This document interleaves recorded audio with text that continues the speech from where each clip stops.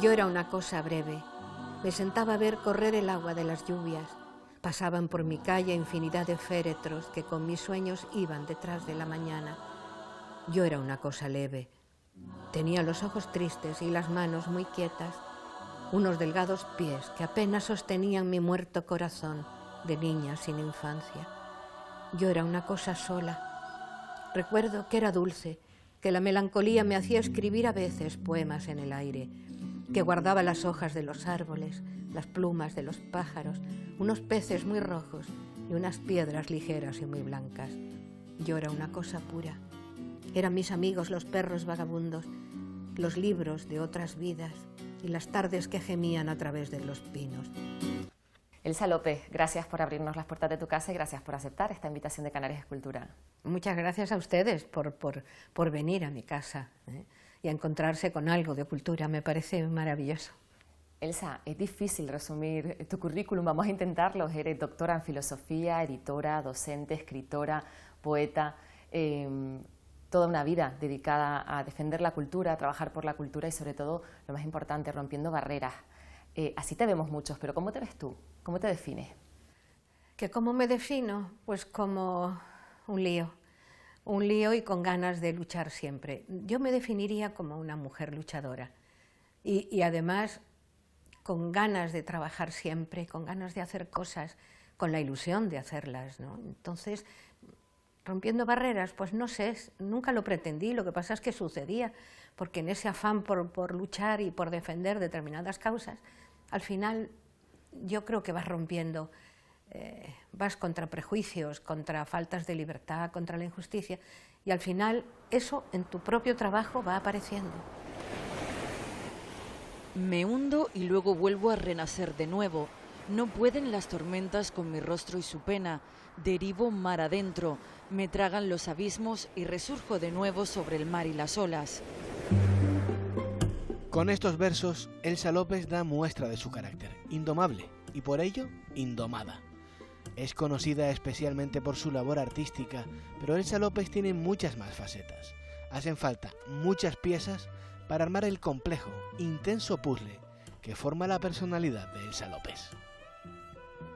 Pionera e inclasificable casi de nacimiento, Elsa López nació en la Guinea Española, se crió en La Palma e hizo carrera en Madrid. Filósofa, antropóloga, profesora, poeta, fue la primera mujer en obtener el Premio Ciudad de Melilla de Poesía, ha sido presidenta de la sección de literatura del Ateneo de Madrid y directora de la Fundación Antonio Gala para Jóvenes Creadores. Medalla de Oro del Gobierno de Canarias, su trabajo como editora al mando de Editorial La Palma ha sido fundamental para abrir camino a voces jóvenes de la poesía. Abrir camino, eso es lo que ha ocupado en gran medida el tiempo de Elsa López, también en el terreno legal, donde lleva 30 años luchando como madre de un bebé robado para poder investigar. La fuerza de su voz fue fundamental para que Canarias aprobara en 2019 la primera ley de bebés robados de España. Es difícil lograr que un poeta se calle, no lo hacen ni siquiera cuando el mundo trata de imponerles silencio, solo por ser mujeres. El activismo feminista es consustancial a Elsa López, que no desaprovecha ocasión de reivindicar mayor visibilidad para las mujeres escritoras y denunciar abusos del sistema patriarcal. Toda una vida de lucha que se resume en que, cuando la tragan los abismos, resurge de nuevo sobre el mar y las olas. Tú recibiste la medalla de oro en 2016, también fuiste la primera mujer premiada con el Premio de Poesía de Ciudad de Melilla. ¿Qué crees que significa que se reconozca el trabajo de mujeres del arte, de mujeres de la cultura? Esa es nuestra... Cuando yo recibí esos premios no era consciente de lo que estaba sucediendo, de que me estaba sucediendo a mí, que era una mujer, ¿no? Pero cuando lo oigo y veo que la gente joven eso lo celebra como algo especial que sucedió en un momento dado, el Premio Ciudad de Melilla, que fuera la primera mujer que lo ganara, yo en ese momento no fui consciente, no me sentí ni primera ni última. Bueno, había ganado un premio de poesía que me sentía orgullosa con él. Pero luego, cuando he observado que eso tiene el mérito de dar pie a otros reconocimientos, ¿no?, de mujeres que trabajan en el mundo de la ciencia o en el mundo del arte o en el mundo de la literatura, es cuando me siento realmente orgullosa de haber dado pie, ¿no?, a que un jurado concibiera la idea de que hay mujeres que escriben que son igual, mejores o peores que los hombres, pero que somos en igualdad de condiciones se nos juzga de una manera determinada. ¿Dónde están las mujeres artistas? La historiadora del arte Linda Notzlin se hacía esta pregunta en 1971, analizando los factores sociales, económicos y políticos que propiciaron el borrado de las mujeres, como Sofonisba Anguissola, Lavinia Fontana o Artemisa Gentileschi, quien además fue la primera mujer en ser miembro de la Academia de Arte de Florencia con clientes en todo el mundo. Una época en la que, pese a la destreza y a la maestría, ellas quedaban al margen, aunque Clara Peters en el siglo XVII encontró cómo hacerse ver. En este bodegón la artista se retrató en el reflejo de los metales hasta 6 veces, demostrando no solo la autoría, sino el virtuosismo de su pincelada. Es por casos como estos que ya en pleno siglo XX las mujeres tengan que seguir reivindicando la recuperación de las invisibilizadas y también ser visibilizadas y ocupar el espacio que les corresponde.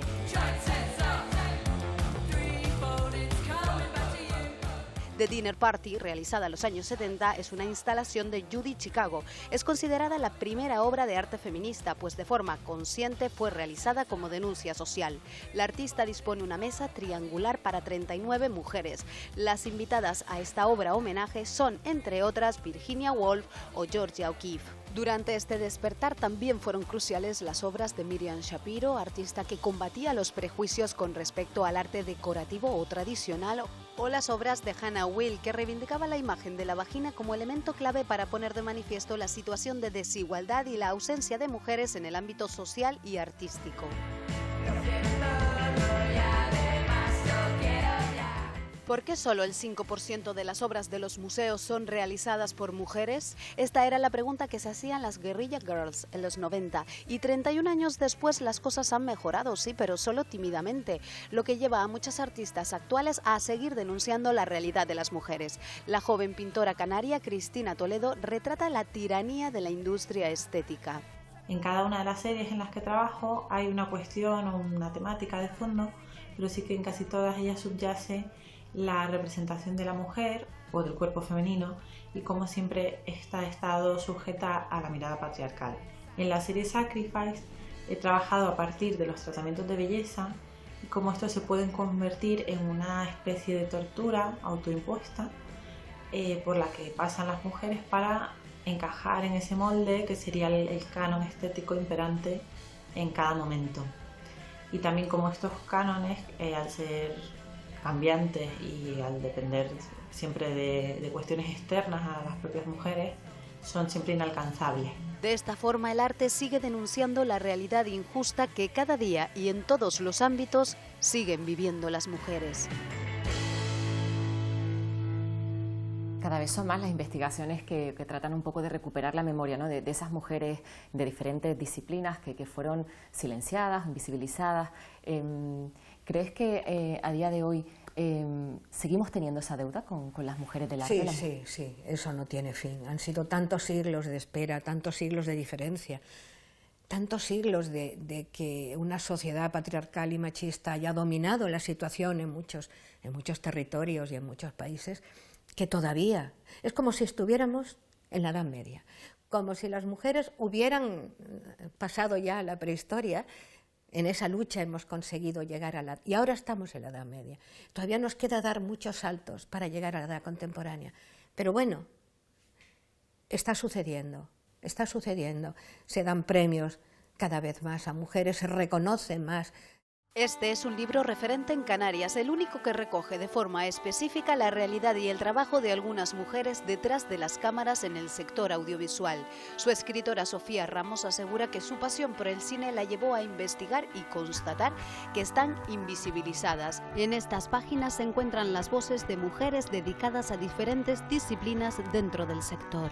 Cuando le preguntamos a la sociedad canaria, en su 87% nos respondieron: no sé decirte el nombre de ninguna directora, de ninguna guionista, de ninguna productora, aunque ellas fueran reconocidas y muy buenas en sus trabajos, ¿no? De hecho, a Marta Miró, cuando ella ganó el Goya por Nadie quiere la noche, compartía dirección con otro caballero, y el titular lo apuntaban con el nombre de él primero, siendo ella la que era de nuestra tierra, de Canarias, y siendo además pues una mujer destacada con una trayectoria brutal, la de Marta Miró. De hecho, el mayor porcentaje masculino nos decía: sí, somos conscientes de que mis compañeras no tienen las mismas oportunidades que nosotros.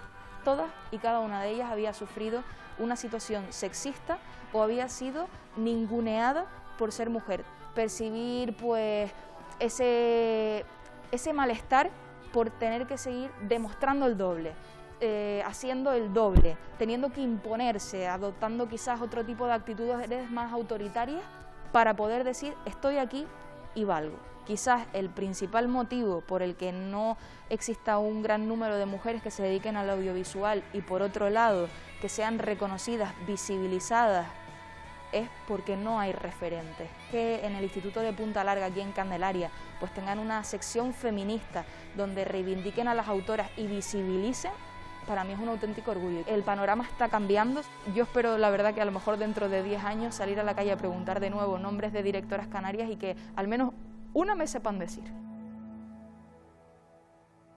Hace poco vi cómo mujeres científicas estaban saliendo sus nombres a la luz por primera vez, cuando ellas estaban detrás de quienes fueron reconocidos como los inventores, pues desde la luz eléctrica hasta muchas cosas, ¿no?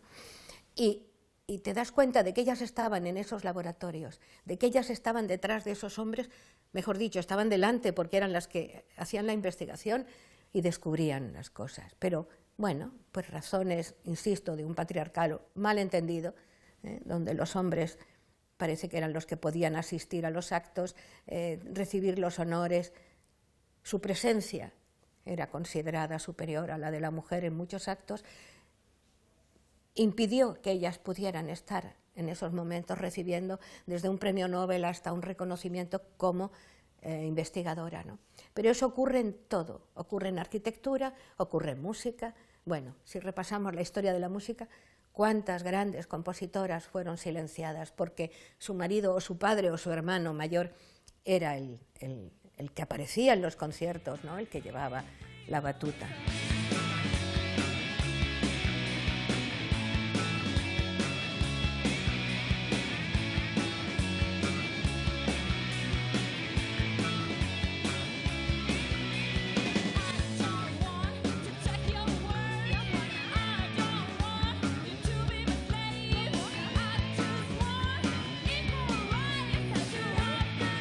Se trataba con respeto, en cierta forma, porque era un trabajo de grupo, de banda, y te integrabas como uno más, ¿no? Incluso las compañeras que, por ejemplo, que habían Katana, que habían grandes, Paqui, por ejemplo, que era una guitarrista fantástica, ¿no? Eran personas que componían, que aportaban y que eran también, en cierta forma, líderes en su manera, ¿no? Dentro de la banda.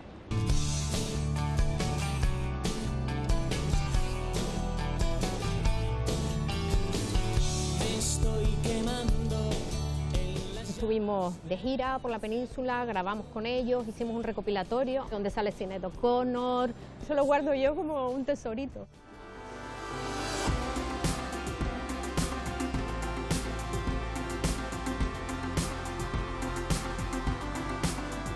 Veo una mujer que quiere representar un papel coherente dentro de la música. Eres una mujer preparada y quieres sacar adelante tu propio proyecto, ya sea individual o colectivo, ¿no?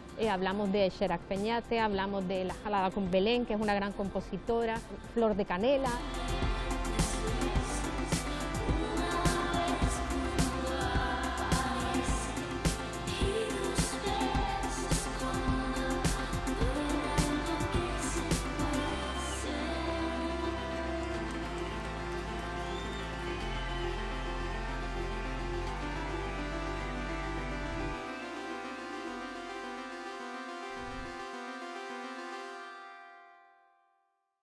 Ejemplos hay miles. Es cuestión de sentarse a verlo, es cuestión de sentarse a investigarlo. Cuando alguien investiga sobre estos temas, sin ir más lejos, pues Blanca Hernández, una investigadora, profesora de la Universidad de Las Palmas, se pone a investigar sobre literatura femenina. ¿Y qué encuentra? Pues muchas escritoras canarias, para hablar de lo nuestro en este momento, que estaban silenciadas y que estaban ahí, y que fueron muy importantes en el siglo XVIII, en el siglo XIX y en el siglo XX. Y ahora, pues ese reconocimiento aparece, se dan sus nombres, se da su obra, se da su historia, incluso hay reconocimientos los gobiernos, porque el gobierno canario este año reconoce a Natalia Sosa como la representante del Día de las Letras Canarias este año, ¿no? ¿Quién conoce a Natalia Sosa? Muy poca gente. Blanca Hernández hace un estudio sobre ella, se edita su obra fuera de Canarias y entonces empieza a aparecer esta mujer, su historia, su obra, todo lo importante y lo interesante de su poesía. Es un ejemplo tan reciente que me gusta contarlo porque me enorgullece ver cómo el gobierno, los críticos, los investigadores y la sociedad no va a tener más remedio que conocer a Natalia Sosa este año.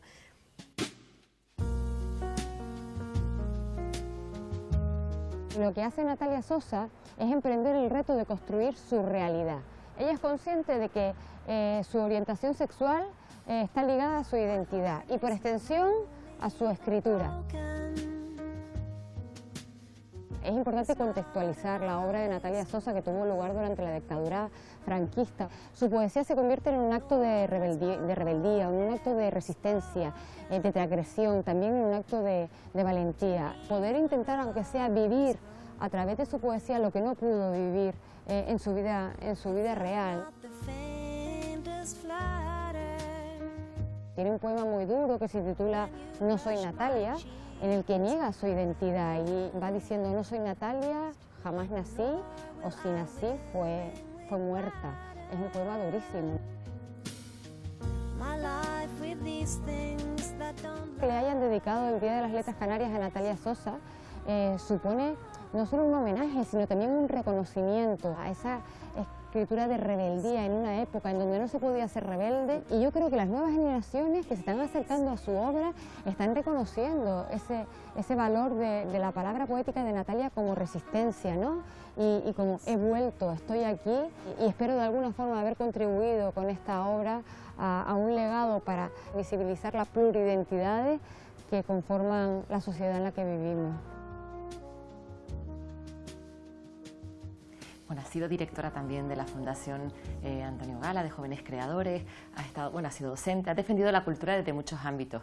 ¿Crees que las niñas hoy en día conocen a las mujeres relevantes, ¿no?, de la cultura que les han precedido? ¿Crees que hay suficiente referencia femenina en los libros de texto hoy en día? No, ¿qué va? El canon sigue siendo un disparate. El canon en los libros de texto, vamos a hablar solo de literatura, ya no nos metemos ni en matemáticas, ni en geografía, vamos a hablar de literatura. El canon literario es un horror, pero en la universidad, en bachillerato, no hay mujeres en los libros de texto. ¿Por qué? Pues es muy sencillo, los que hacen los libros de texto son hombres, y en su currículum pues, son los nombres de varones, pero eso es tan inconsciente que incluso yo, en esta lucha metida a fondo, a veces me preguntan ¿quiénes son los que han influido en tu obra? Y me oigo a mí misma decir 1, 2, 3, 4, 5, 6, 7 nombres de hombres, desde Miguel Hernández, Walt Whitman, León Felipe, Rubén Darío, y de repente yo me digo a mí misma, Elsa Frena, mete alguna mujer, porque es un poco absurdo que esté defendiendo esa situación, y yo, mi propio canon. ¿Pero por qué? Porque yo cuando yo estudié, eran los libros que me recomendaban, eran los libros que había en mi casa, eran los libros que yo leía. ¿Qué ocurre? Que eso debería haber cambiado tanto, pero no ha cambiado. Los profesores siguen dando a leer a los niños y a los adultos y a los adolescentes novelas o textos que son hombres, porque son clásicos, porque ¿qué vas a hacer? ¿Qué vas a hacer con un niño? ¿Qué libros les vas a entregar a los niños si no se editaba a las mujeres en esa época? Clásicos, ¿dónde están las clásicas? ¿Que las hay?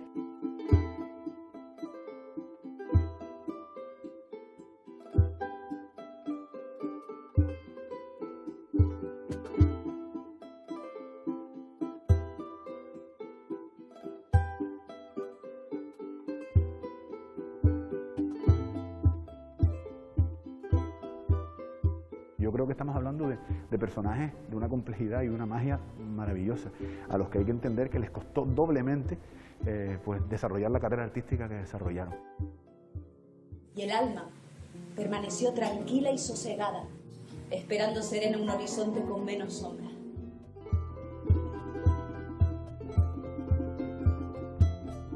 Destacaría el gran número de autoras románticas que hay en Canarias, entendiendo por románticas todas aquellas que están vinculadas al complejísimo siglo XIX canario, ¿no? Nombres como los de Mercedes Letona, Isabel Poggi, Leoclicia Pestana, Cristina Pestana, Bohemia Pulido, un montón de nombres que vienen por ahí vinculados a esta época, en la que de alguna manera nos damos cuenta de que efectivamente hay una trayectoria también silenciada, como estamos diciendo antes, que necesita ser visibilizada y reivindicada.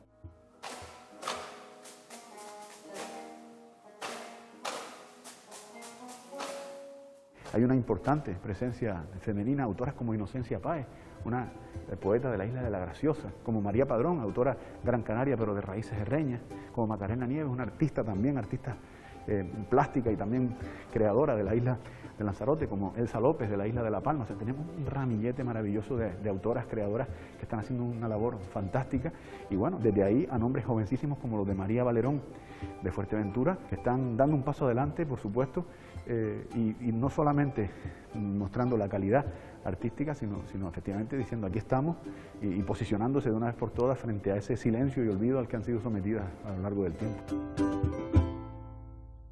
Rosalía de Castro, por ejemplo, si vas a explicar poesía, pero entonces te metes en un berenjenal poesía galega o poesía catalana, y empezamos ya con esas bifurcaciones lingüísticas aterradoras, porque el canon también exige que sean españoles, que hablen castellano o que escriban en castellano.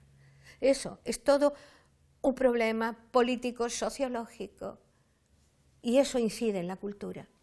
¿Y cuáles te dirías que son los retos de futuro de la cultura? Pues acabar con el dominio del poder económico. Bueno, para que es la libertad. Hay que ser libres para poder elegir. Yo tengo que ser libre para poder elegir lo que quiero estudiar, lo que quiero leer, la profesión que quiero ejercer. Uno cree que es libre, pero es mentira. Yo quiero estudiar medicina, pero si mis padres no tienen dinero para pagarme 5 años de carrera, más 3 de especialidad, más 2 de MIR, yo no puedo hacer una carrera de medicina. Yo no puedo elegir lo que quiero ser en el futuro si económicamente no tengo medios para hacerlo. Yo no puedo. Yo soy el hijo de un albañil y yo quiero dar clase y estudio para ser profesor, y si no tengo 5.000 euros para hacer un máster, yo no puedo ser profesor. Lo acabo de oír esta mañana aquí en mi casa, esta conversación. Y eso es muy doloroso. El dinero empuja, retiene las vocaciones o las empuja. Y la cultura es igual. Si no hay dinero, qué triste, no hay cultura. Si yo tengo que irme a la calle a buscar dinero para poder comer, para poder escribir después, y no encuentro trabajo, ¿qué voy a escribir? ¿Qué voy yo a escribir? No puedo. Eso es una verdad enorme. Cuando la gente de teatro protesta, cuando la gente de los conciertos, los músicos, los escritores protestan porque no hay dinero para las actividades que proponen, y ves que el dinero se va por otros derroteros para ayudar a bancos, banqueros, empresas, empresarios, te das cuenta de que realmente la cultura importa muy poco. Yo no como de la literatura, pero sí hay gente que come de dar conciertos, y hay gente que come de hacer teatro porque son actores, porque son actrices, porque son músicos profesionales. Yo no soy una profesional, yo no como de la literatura. Por lo tanto, me puedo permitir el lujo de escribir a destiempo, a deshora, cuando me dé la gana. Si quiero publico y si no, no publico. Esto parece una pedantería, pero es la verdad. Y así de gente solicitando, por favor, que pueda hacer una obra de teatro. Conozco el mundo de los actores en Canarias y sé lo que están pasando, y sé lo que están pasando los músicos que no dan conciertos. ¿Es culpa del COVID? Bueno, relativamente.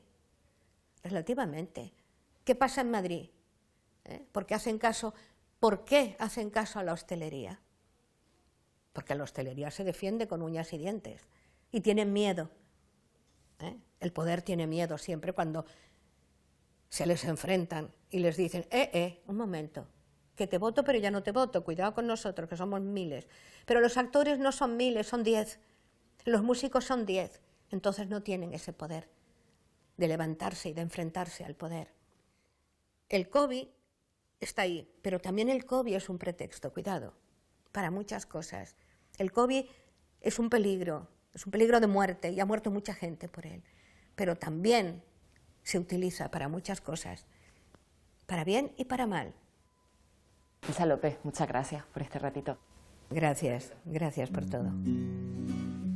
Yo era una esperanza sin eco que no olvido. Oh, muchacha pequeña, ¿qué te han hecho? ¿Qué te ha dado y quitado la vida que ahora, igual que aquella niña, con los ojos más tristes y el alma cansada, sufriendo estás la tarde a través de los pinos? Que tiemble el Estado, los cielos, las calles, que tiemblen los jueces y los judiciales. Hoy a las mujeres nos quitan la calma, nos sembraron miedo, nos crecieron a